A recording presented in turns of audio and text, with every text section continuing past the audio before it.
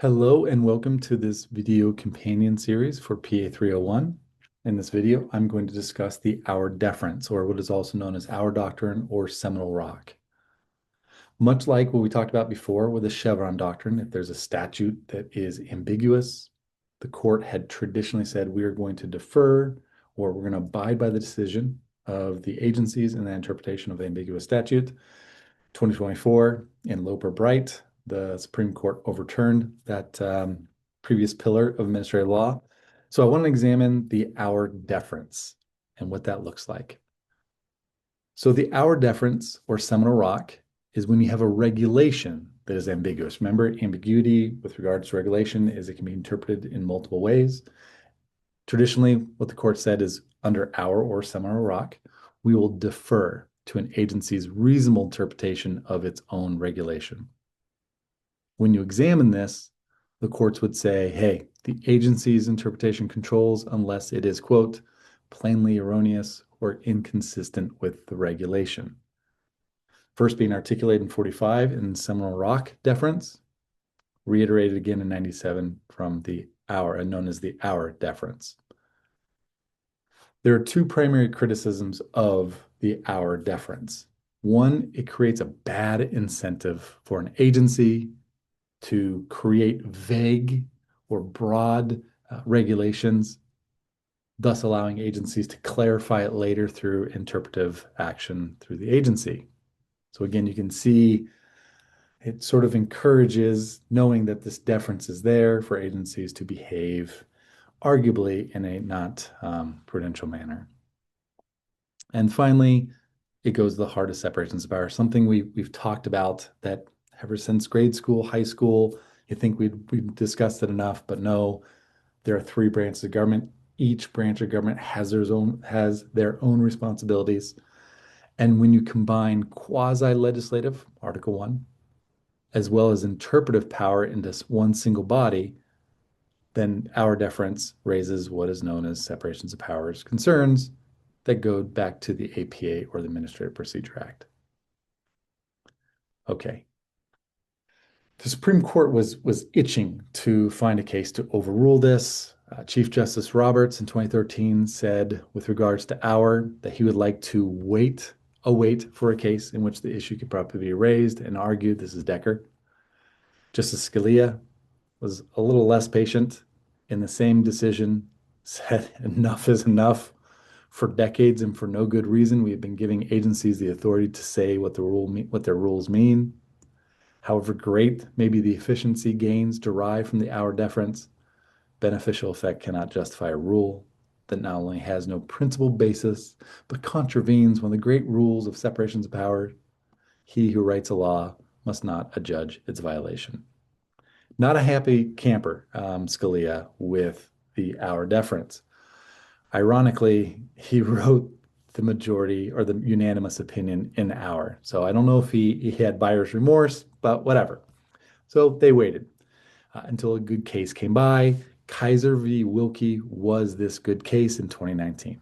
Kisor was a Vietnam vet. Wilkie was the Secretary of Veterans Affairs. What happened was Kisor applied for veterans benefits following the Vietnam War in 1982, but he was denied. He again reapplied for benefits in 2006. And what Kisor was looking for were retroactive payments for the percentage of disability he received, or he should have received, he thought he should have received, all the way back to 1982. And retroactive payments are granted, quote, if the VA did not consider relevant official service department records when it made its initial denial in its decision back in 1982.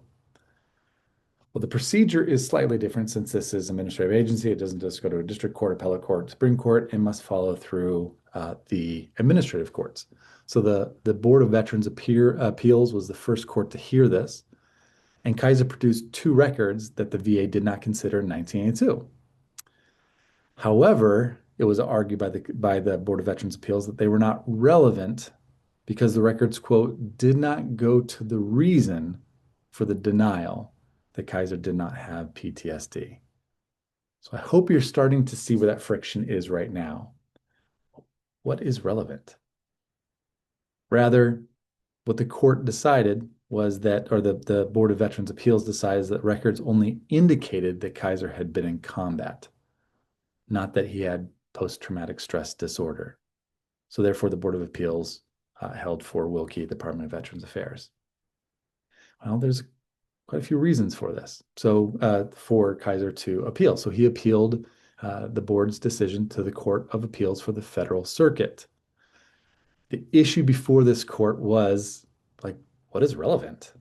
So the Board of Veterans Appeals defined relevant as a service record needs to counter the basis of the prior denial. Seems reasonable. Kisor, however, said, no, relevant should relate to some other criterion for obtaining disability benefits. So you can see where the friction is, and this is the issue. What does relevant mean, and whose interpretation of relevant is correct? So if you have the Auer doctrine in the back of your mind, you kind of already know where this is going, unless, like Chevron, that would be, 5 years after this decision, the court decides they're going to go in a different direction. Auer, it's time to go. Scalia's passed away now. Justice Roberts is in the court. Maybe this is the case. So the Court of Appeals for the Federal Circuit said, yeah, you're right, that the regulation is ambiguous, meaning there's at least two ways of interpreting this word. What is relevant according to regulation? And they said that the rule did not specifically address whether, quote, relevant records are those casting doubt on the agency's prior rationale or those relating to the veteran's claims more broadly. They should have included some definition of what relevant is in the regulation. So again, whose interpretation is correct?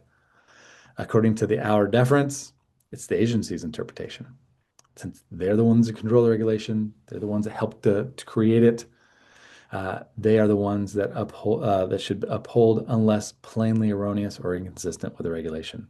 So it's a pretty high bar when it comes to this. So again, did the Department of Veterans Affairs, were they plainly erroneous or inconsistent with interpreting their regulation when it came to the word relevant? Here's the outline of the case, the path the case found its way to the Supreme Court, because ultimately the U.S. Court of Appeals for the Federal Circuit said, no, we're compelled to utilize the precedent of Auer. So they affirmed the Board of Veterans Appeals interpretation of the term relevant. And so again, Kisor appealed to the Supreme Court. I encourage you, well, why would you continue doing this? Retroactive payments 1982 to 2019. That's quite a bit of time. Each month's payment, 12 months multiplied by those years. There's quite a few reasons that Kisor is wanting to do this, for pecuniary reasons, but also for the establishment of a new interpretation. So not just personal, but also changing the view of the court and the Supreme and the interpretation of the regulations for veterans. So Kisor isn't just in it for Kisor's self. Kisor is in it for other veterans and administrative law in general. So the Supreme Court came back and said, sorry, close, but Chief Justice Roberts ultimately was the deciding factor, and he held based on stare decisis or precedent. Let the decision stand. We are going to hold that the decision today is going to be upheld by the decisions in the past hour. Apparently, Chief Justice Roberts didn't think that this was the case that would overturn Auer.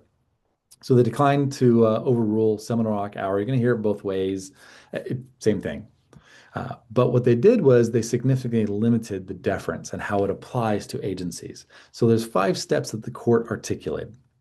First, the regulation must be genuinely ambiguous after exhausting traditional tools of interpretation. And we've talked about this as well in the class. So hopefully you understand what that looks like, textual criticism, etc. Step 2, the agency's interpretation must be reasonable as well as within the zone of ambiguity. So the regulation itself is reasonably, the interpretation is reasonable, and there is ambiguity, and it's not too far outside that scope in which the court can say, yeah, we could see where where the confusion or ambiguity come from.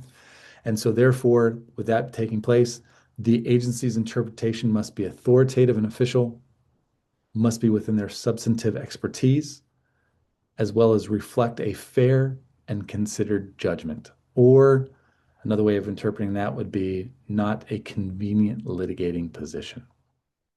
So while the court upheld the decision of Auer, they went ahead and provided more guardrails to agencies when they're making these decisions, utilizing the Auer or the Auer doctrine, or the ability for them to interpret ambiguous regulations as they come before that particular agency. As we will see, 5 years after this decision, the court would overturn the Chevron doctrine, saying, no, separations of powers. You agency cannot have the ability to interpret ambiguous statutes.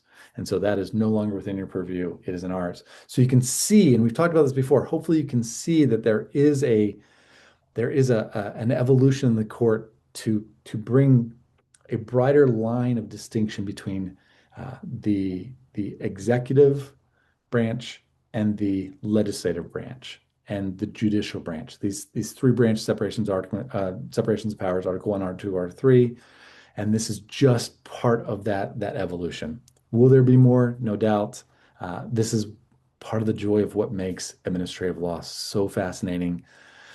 There's no fun, sexy, Law and Order administrative law edition, but there is a wonderful way of determining what the law is and how it's changing, and that is through a focused examination of court decisions, particularly SCOTUS. So thank you all, and I will see you in class.